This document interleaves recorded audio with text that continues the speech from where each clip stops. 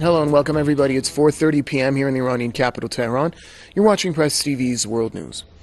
Our top story for this half hour: Turkey has warned American soldiers in Syria of the possibility of being treated as terrorists if they keep backing Kurdish Y-P-G militants. Talking to media, Deputy Prime Minister Bekir Bozdag threatened to expand Ankara's operation to the town of Manbij and even east of the Euphrates River if the Y-P-G did not withdraw. He went on to say that U.S. soldiers risk being caught up in clashes and the Turkish forces would not make a distinction if Americans appear in Y-P-G uniforms. Bozdag was referring to past images of U.S. troops in northern Syria with Y-P-G insignia. Political commentator Jason Unruh joins us now from Niagara Falls, Ontario. Mr. Unruh, welcome to the program. What was your first impression when you heard I could say it is a threat coming from Ankara towards American soldiers in Afrin? Honestly, my first impression was that the U.S. coalition against Syria may be starting to collapse. The problem is that the United States has collected a bunch of proxy forces together in order to do its bidding inside the country, rather than carrying out a regular conventional war against the government of Bashar al-Assad. Now, the problem is that a lot of these groups are fractured. They're all against each other. Some of them are on the same side, some are against.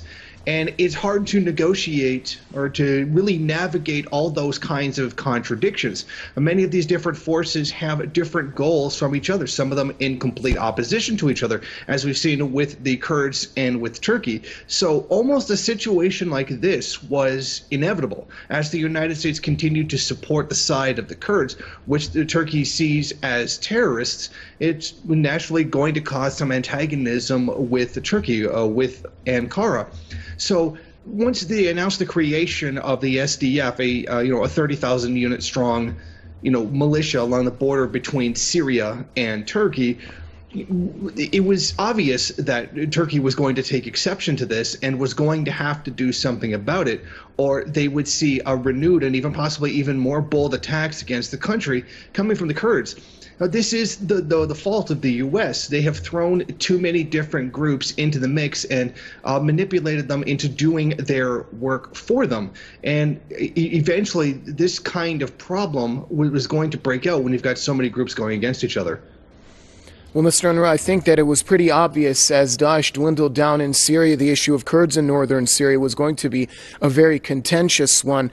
We're now seeing the operations in Afrin.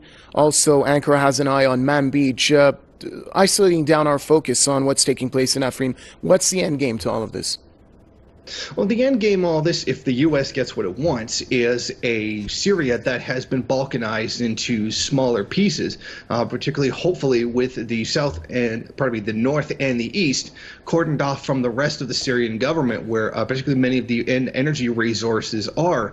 The problem is that the force that they're using to do it with stands in absolute contradiction to the Ankara government. The U.S. is hoping to weaken Syria enough in order to be able to, as I said, balkanize it and to have it carved up into territories that it can control away from the power of the Syrian government. However, the problem is a lot of these groups do stand in opposition to each other, but how well this tactic will work out for the U.S. remains to be seen, because as of right now, with this problem between the Kurds and Turkey, it's not looking very good for them at all. Thank you, sir. Political commentator Jason Unruh joining us from Ontario. Breaking up what Turkey calls the Corridor of Terror, a region stretching from northwest to northeast of Syria. PKK terrorist organization's Syrian branch, the Y-P-G, has been targeting Turkey over the border. Over 700 attacks in the last few years. Along with Turkey, the United States and the European Union recognize PKK as a terrorist organization. It has killed over 40,000 people in Turkey in 3 decades. With Operation Olive Branch, Turkey seeks to deal with PKK, PYD and also Daesh. Before launching the operation, Turkey approached the stakeholders, including the Assad regime. Russia pulled its forces out of Afrin, paving the way for Turkey, but it called on all sides to exercise restraint. The United States, which is providing arms and training to Y-P-G in the fight against Daesh, called on Turkey to avoid an escalation. Iran asked for an immediate end to the operation, and the European Union expressed some concerns. Military activities from others in Syria can undermine seriously the resumption of talks in Geneva. Ankara says such concerns are misplaced. It says it has played a key role in de-escalating the Syrian crisis, and that some of its allies have blood on their hands. French President Emmanuel Macron says Turkey's operation should not become an excuse to invade a country. That comment did not go down well here. Sizin tarihiniz işgallerle dolu. Your history is full of invasions and exploitation. We have no such history. We have a history of justice and mercy. We have grown up with these values and we continue with them. NATO's deputy chief has supported the Turkish position. We always say that Turkey lives in a very tough neighborhood and that you have a legitimate right to take care of your own security. You have a legitimate need to take care of your own security as well on behalf of all the Turkish people. The leadership here maintains that during Operation Euphrates Shield, Turkey had already cleared at least 2,000 square kilometers from Daesh terrorists and will push into Manbij after dealing with the threat in Afrin. Ankara has called on the US to withdraw its forces from Manbij. President Erdogan says the US should stop supporting terrorists. Failing that, he says, Americans would only have themselves to blame if they suffer casualties as they work with Y-P-G terrorists on the ground. On a bus provided by the Turkish government, we are on a tour that skirts the edges of Afrin, where Turkish forces are battling Kurdish forces in northern Syria. There's been very little reporting on the ground in this part of Syria, and that's partially because that it is very difficult to get to Afrin, where the fighting is going on. This region is a patchwork of competing militaries, with parts controlled by the Syrian government, Syrian opposition forces, and Syrian Kurdish forces. We are traveling with members of the Free Syrian Army, an opposition force allied with the Turkish military in this conflict. Fighting continues over these hills, and civilians on both sides of the front lines have been killed. And as dangerous as the conflict is at the moment, it could become even more explosive if Turkey takes Afrin and moves on to confront Kurdish forces in Manbij further east. The United States has supported these forces, and they have been key players in the war against Islamic State militants. But the Turkish government considers them part of a terrorist group that has been attacking Turkish interests for decades. After battling for Afrin, Turkey is expected to fight for Manbij, where U.S. troops are stationed. Some analysts fear the conflict could shake the already fraying U.S.-Turkey alliance. Turkish-backed militants have seized control of the strategic Kavikar hilltop and a nearby hilltop that overlook the town of Raju near the Syria-Turkey border. Turkey is carrying out heavy bombardment and airstrikes in Afrin as ground fighting rages on between Kurdish Y-P-G militias and the Turkish-backed militants from the so-called Free Syrian Army around Jinderis and Raju. Turkey's heavy air raids and artillery fire have not spared civilian houses or schools, although Ankara claims it's doing all it can to prevent civilian casualties. We are in Raju, near Syria-Turkey border. The Turkish artillery are targeting the Y-P-G forces who are in the mountain here behind us. And on the right, there is also Kavikar mountain, which is under control of the Turkish-backed forces. We are the self-protection units Y-P-G. We are responsible for the civilians' lives and property. We initially came here to the town of Raju after the Turkish military started pounding the town indiscriminately. We left our military positions in the town to protect civilians from being targeted, but Turkey continues its strikes on residential areas. Many of the residents in Raju, including women, have volunteered to protect the town and prevent the Turkish-backed Free Syrian Army militants from advancing into the town. We are civilians. There was a wounded person there. I came here 4 days ago. The Turkish artillery is targeting Raju and the civilians in it, but we will not leave Raju. On Tuesday, Press TV crew members were wounded in the Turkish shelling of Raju. The attack happened as Press TV team was covering the damage done to a school in the Turkish offensive. On January 20, Turkey launched an operation dubbed Olive Branch in northern Syria to eradicate what it calls Kurdish terrorists. Observers say 68 civilians dead, including 21 children, have so far been killed in the Turkish operation, which drowned global criticism. A new front in the nearly 7-year Syrian war is opening in the country's northwest. Turkish troops and allied fighters are waging an air and ground campaign against U.S.-backed Syrian Kurdish forces in Afrin, an area Kurds have controlled for much of the conflict. Turkey officials say Operation Olive Branch isn't an invasion, but an effort to protect Turkey's borders from the U.S.-backed Kurdish militia in northwest Syria. They say some 20 villages have been cleared of those Kurdish fighters, known as the Y-P-G. They are linked to Kurdish separatists inside Turkey. Prime Minister Binali Yildirim. Firstly, the Afrin operation is a national security issue for Turkey. Secondly, it is to end the cruelty of the terror groups over the Arabs, Kurds, and Turkmens living in peace there. It comes after Turkey's President Recep Tayyip Erdogan last month accused the U.S. of building an army of terror along its border made up of those Kurdish fighters. But the U.S. insists that the Kurdish Y-P-G are a valuable partner in the fight against ISIS in Syria. They helped to liberate the former ISIS capital, Raqqa. But in Syria's northeast, Kurdish-controlled territory, here in yellow, borders Turkey. Erdogan has also vowed to push the Afrin operation east to Manbij. That's where U.S. Special Forces are operating with the Syrian Kurds. In response, General Joseph Votel, commander of U.S. forces in the Middle East, told CNN earlier this week that pulling U.S. troops from Manbij was, quote, not something we are looking into. Pentagon spokeswoman Dana White today. Turkey is a NATO ally, and we don't always see everything the same. But the common threat is ISIS, and anything that takes away from that fight is a distraction. So that's why we've asked them to restrain themselves and to limit this offensive. Caught in the middle, several 100,000 Kurdish civilians in the Afrin region. At least 240 Syrians have been killed, according to the Syrian Observatory for Human Rights. Roughly 90 are said to be Y-P-G fighters. The Turks say at least 5 of their soldiers have been killed. And now for the official Turkish perspective on the fight in Syria and relations with the U.S., I'm joined by Sardar Kılıç. He is Turkey's ambassador to the United States.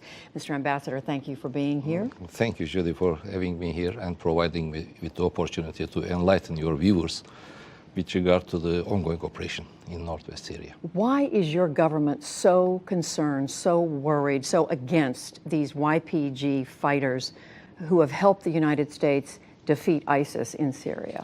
Well, if you can bear with me a moment, first of all, I would like to set the perspective in that regard. You have suffered as a result of terrorist attacks. I know how vivid the bitter memories of 9/11 in the hearts and minds of the American people. We did not suffer as many on a single attack on a single day, 3,000 or so.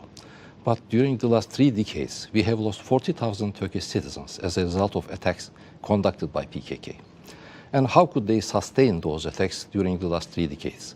Because there was a lack of authority and lack of security in northern Iraq. And they used that enclave as a safe haven to conduct their attacks on Turkish territory, and they killed 40,000 innocent Turkish civilians, men, women, children, and including some numbers of Turkish security officers. But if I may interrupt, yes. That is inside Turkey. I'm asking about the Y-P-G who are across the border yes. in Syria. Well, actually, PKK was in Iraqi territories in northern Iraq, and they were using that area to stage their attacks, cross the border, and conduct attacks in Turkish territory. Same thing was happening in northern Syria. In 2012, the Syrian regime, without putting a fight, they left the area to Y-P-G, PYD, and they control the area, Afrin region, since then. And they have changed the demographics. They have expelled Sunni Arabs, Turkomans, and anyone that are against the ideology of Y-P-G, PYD. and they started conducting attacks against Turkish territory, Turkish civilians. They targeted Turkish civilians. Last year alone, they have conducted 700 attacks. Scores of people died. Not only to Turkey, they also attacked the Operation Euphrates Shield area within Syria itself. So, I mean, we will not let that kind of an eventuality that we have faced for 3 decades in northern Iraq to take place in northern Syria as well. And it was an absolute requirement for us to take action in that regard. I hear what you're saying. At the same time, the U.S. is saying, these are fighters who have helped us defeat ISIS. You understand why defeating ISIS is such a priority for the United States? Well, Judy, that's the problem. Daesh or ISIS is the symptom. The United States is not dealing with the illness itself. It's just fighting with the symptom. And as long as we use appropriate measures, tactics, and strategies, we are going to be faced with a similar threat in the future in Syria. I mean, Y-P-G, is a direct offshoot of PKK. Even the U.S. authorities You're saying they're connected to the Kurdish extremists? Not connected. They are under direct control of PKK. Their commanders are coming from Kandil Mountains, the basis of PKK in northern Iraq.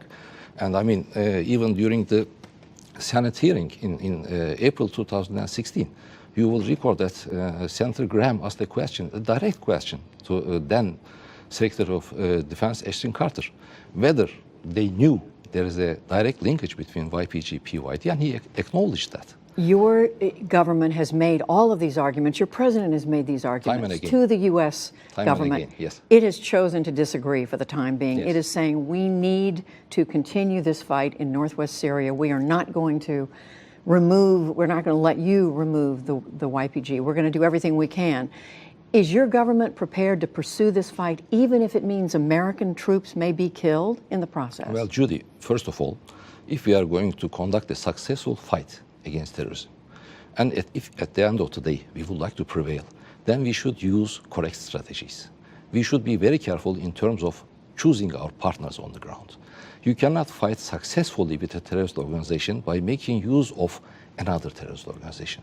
This is the mistake that the American administration is doing for the time being in Syria. Y-P-G, PYD is a terrorist organization. So, in fact, I mean, they say that Raqqa is liberated by Y-P-G, PYD, right? Actually, the terrorist organization in Raqqa have been substituted. Now Daesh is out of Raqqa, but Y-P-G, PYD is in. And these are not our words. I mean, just look at the reports of humanitarian organizations. I mean, Human Rights Watch, Amnesty International, they are enumerating all the efforts of ethnic cleansing, forceful recruitment of children, and so on and so forth. They are running counter to each and every principle that the United States stands for. But yet, the United States opts for working with Y-P-G, PYD, and even in your intro, you have stated them as a partner of the United States. With such a fundamental disagreement here, how much damage has been done? How much is the U.S.-Turkey relationship weakened by this? Well, I mean, I believe that the U.S. public opinion is among the best to understand how the Turkish public opinion feels after their losses. We have lost 40,000 people. So you should understand us. Of course, it has a detrimental effect on the feelings of the Turkish public opinion. We want to fight against terrorism. We have been part and parcel of the international coalition since its inception, but we would like to fight terrorists with the appropriate strategies. You have a NATO, I mean, you have an ally that has the second largest army in NATO. The United States could have, of course, the United States could have opted for working with Turkey to conduct a successful fight against Daesh. Many Americans are looking at this and looking at what the Trump administration position is, and they're still asking, is Turkey prepared to see U.S. soldiers die in this fight where your government is going after them? Well, Judy, I mean, we are long-term allies, and I'm confident that we are not going to come to that point. But in order to ensure that, I think the United States should take certain actions. They should terminate their support to a terrorist organization, which an ally time and again claims that terrorist organization constitutes an existential threat for our security and stability. So they should put an end to their support. They should cease providing them weapons and ammunition. Have you asked them to do this? Of course. And they should collect the weapons that they have given already. I mean, as of yesterday, there have been rockets sent to Turkey, a hospital, a restaurant, a house, and they have killed and wounded scores of people. And most of those weapons, I'm confident, that were provided by the United States.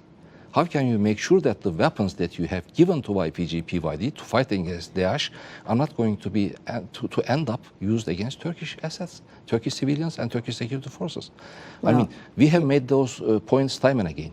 And they are cognizant that actually there is no difference between Y-P-G, PYD, and PKK. So, I mean, yes. I was just going to say it is an enormously important subject for the United States, for your country. Yes. I know we are going to continue to watch it very closely. Well, I mean, we are strong allies. We need each other. And I hope that we are going to prevail at the end of the day. Ambassador Kulic, thank you very much for joining us. Thank you for having me. Thank you, Judy. Appreciate it. Thank you. Thank you.